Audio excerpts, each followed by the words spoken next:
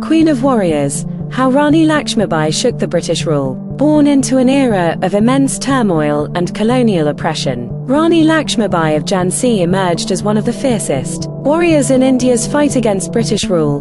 Her story, filled with valor, tragedy and controversy, remains a subject of fascination. Even centuries later, she was born as Manikarnika Tambay on November 19, 1828, in the sacred city of Varanasi, India. Her father, Moropant Tambay, served as an administrator in the court of the Peshwa Baji Rao II, while her mother, Bhargavati Bai, was a deeply religious woman, raised in the affluent yet militarized environment of the Peshwa's court. Manikarnika, affectionately called Manu, displayed remarkable skills in horse riding, swordsmanship and archery from an early age. Unlike most girls of her time, she was trained alongside boys and imbibed a warrior's spirit that would later define her legacy. At just 14, she was married to Maharaja Gangadhar Rao of Jhansi, a much older man, and was rechristened Rani Lakshmibai. The marriage was more of a political alliance than a romantic relationship, but she soon adapted to the customs of the Jhansi royal household. Unlike other queens who spent their days in leisure, she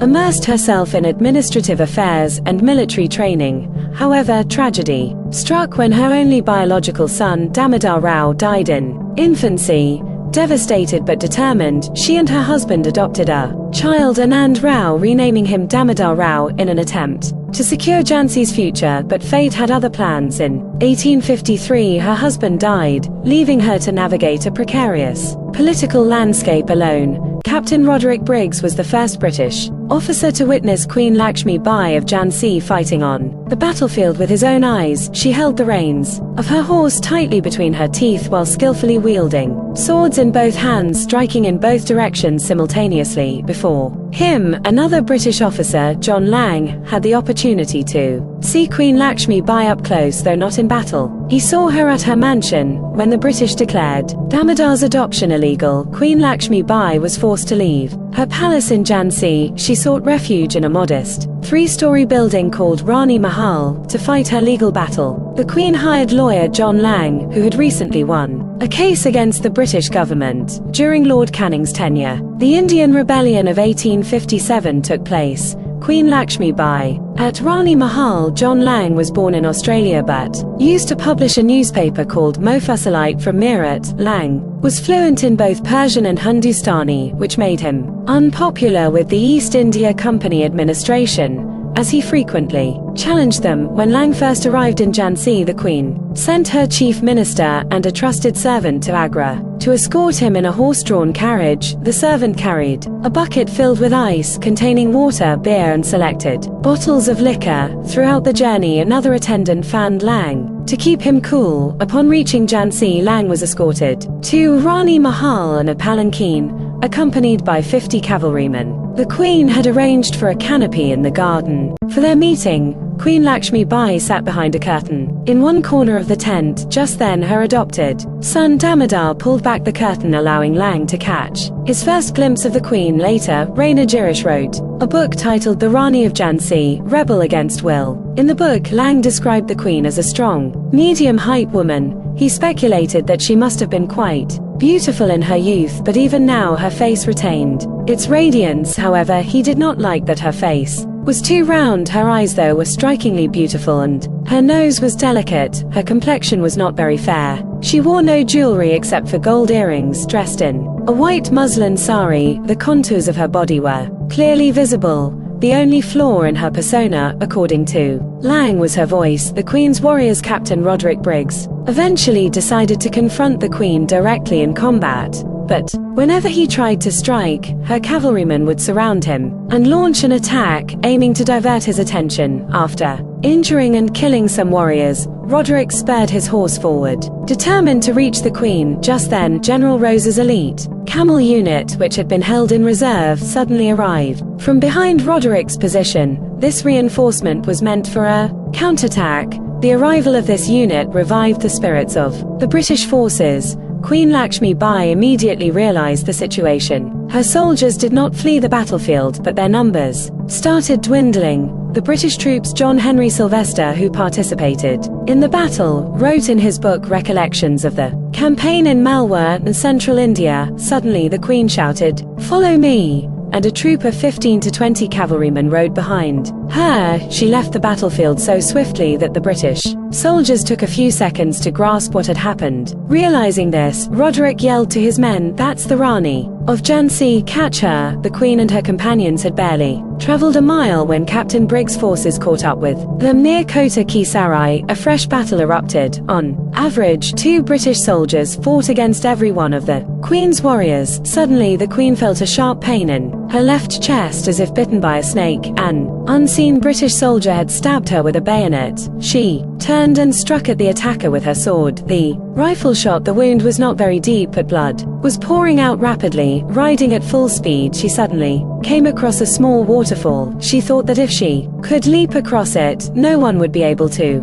capture her. She spurred her horse forward, but instead of jumping, it halted abruptly, causing her to slide forward onto its neck. She tried again, but the horse refused to move. At that moment, she felt a sharp pain in her back, a deep wound from another strike. Then a rifle shot hit her and her sword slipped from her hand onto the ground. She attempted to stop the bleeding from her back with her own hand. The fatal attack on the Queen. Antonia Fraser, in her book The Warrior Queen, wrote, "By then a British soldier had reached the Queen's horse. He raised his sword to strike her. The Queen lifted her own sword to block the attack. The soldier's blow landed on her head with such force that blood streamed down, nearly blinding her. Despite her injuries, the Queen mustered all her strength and slashed at the soldier, but the strike only wounded his shoulder. She then collapsed from her horse. One of her loyal warriors dismounted and carried her to a nearby temple. The Queen was still alive. The temple priest moistened her parched lips with water from the sacred Ganges. The Queen was in critical condition and gradually lost consciousness. Meanwhile, outside the temple, gunfire continued. Once the British had slain the last of her warriors, they assumed their mission was complete.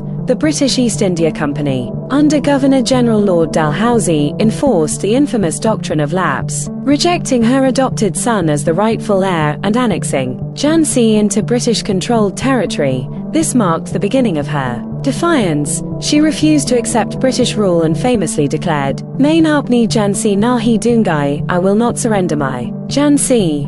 What followed was a period of intense fortification and preparation for war. When the Indian Rebellion of 1857 erupted, Jhansi became a significant battleground. Rani Lakshmibai was no passive observer. She donned warrior's attire, wielded swords, and led her army from the front. Her administration meticulously organized resistance against the British. She commanded both male and female warriors, an unprecedented move for Indian royalty. Her army included a brigade of trained women soldiers, including her close confidant Jalkari Bai, who is said to have resembled her so closely that she often served as a decoy to mislead British forces. The siege of Jhansi in 1858 was brutal. Sir Hugh Rose, leading the British forces, bombarded the fort for weeks. The Queen, with her infant son strapped to her back, fought relentlessly. Despite her valiant efforts, Jhansi fell to the British. However, she managed a daring escape, allegedly leaping off the fort walls on horseback with her child secured on her back. She sought refuge with fellow rebel leaders Tatya Tope and Nana Sahib, regrouping to continue the resistance. In her final stand at Gwalior, she displayed extraordinary resilience. Dressed as a soldier, she fought alongside her men, refusing to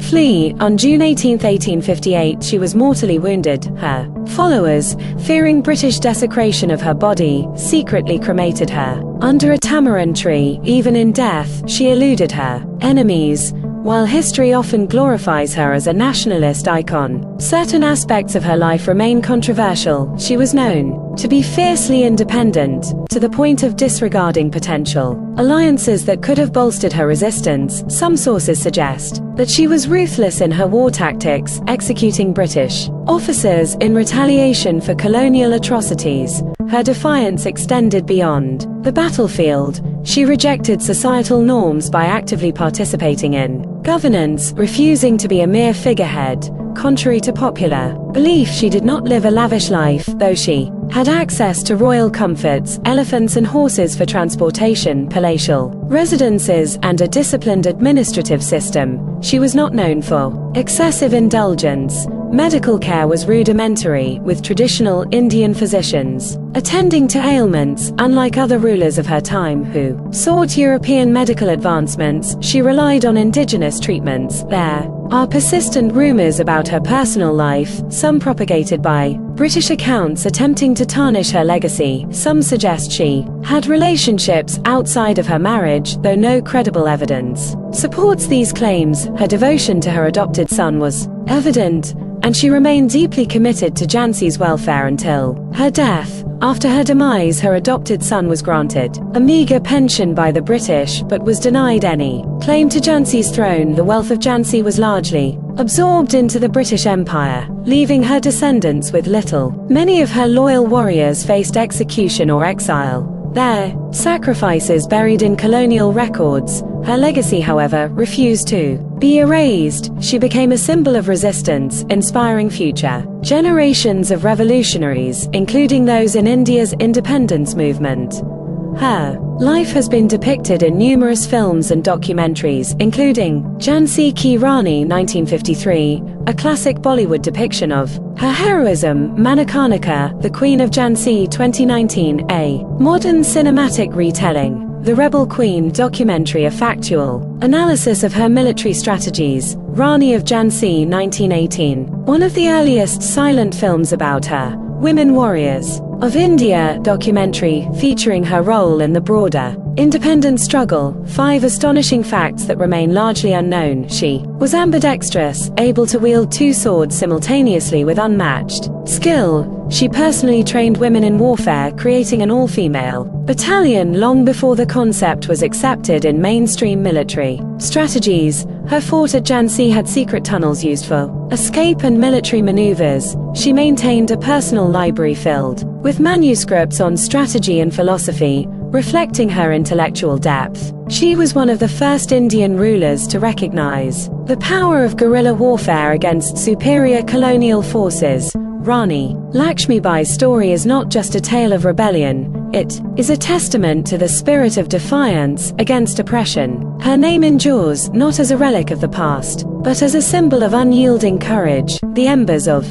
her defiance continue to inspire generations, a reminder that history is often written in blood, sweat, and an indomitable will. Rare and lesser-known facts about Rani Lakshmibai. Rani Lakshmibai's legend has been told through history books and patriotic retellings, yet many aspects of her life remain obscured by time. One of the lesser-known aspects of her rule was her keen understanding of espionage. She maintained a network of spies who infiltrated British ranks and local administrations, providing her with key intelligence before major battles. This strategic brilliance allowed her to outmaneuver enemies even when outnumbered, proving that her warfare knowledge was not just about physical combat, but also psychological and tactical superiority. Few people realize that Lakshmibai was among the first Indian rulers to conceptualize and implement guerrilla warfare against the British. This method was later adopted widely in India's freedom struggle. Her forces engaged in swift, unexpected attacks and then vanished into the terrain before the British could retaliate. Even Tatya Tope, a prominent military leader, acknowledged that Lakshmibai's battlefield tactics were superior in adaptability. Another rare fact is that Lakshmibai, despite her image as a warrior, was also a skilled administrator. Before the revolt, she brought economic reforms in Jhansi, making it more self-sufficient. She implemented tax reductions during famine and drought, refusing to collect levies from struggling farmers. While many kings and queens of the era lived lavishly, she chose to reside in a relatively simple palace compared to her contemporaries, investing more in fortifications and military preparedness than in luxury. Her personal life remained shrouded in mystery. While she was deeply devoted to her husband, there have been whispers that she formed close bonds with certain military commanders, particularly one named Sardar Ali, a cavalry general, who stood beside her in her final battles. Whether this relationship was purely professional or carried an emotional depth remains debated by historians. It is also surprising that the British respected her more than they publicly admitted. After her death, British officers recorded their admiration for her bravery in personal diaries. General Hugh Rose, who led the assault on Jhansi, stated that she was the most dangerous of all rebel leaders and that, had she been given the same resources as European generals, she could have led an empire. Unlike many rulers of her time, Lakshmibai was also a polyglot. She was fluent in Marathi, Hindi, Sanskrit, Persian and reportedly understood some English. This linguistic skill allowed her to communicate effectively with a diverse set of warriors and officials. One of the most intriguing mysteries is whether she truly perished in battle or survived under a different identity. Some accounts claim that a woman resembling her was seen years later in Nepal living in seclusion. While this is largely speculation, it fuels curiosity about whether her legacy ended on the battlefield or if she lived on in anonymity. Ultimately, Lakshmibai left behind not just a legacy of resistance but a roadmap for future revolutions. While she died in 1858, her tactics, policies and fearlessness influenced countless freedom fighters who carried forward her fight against oppression.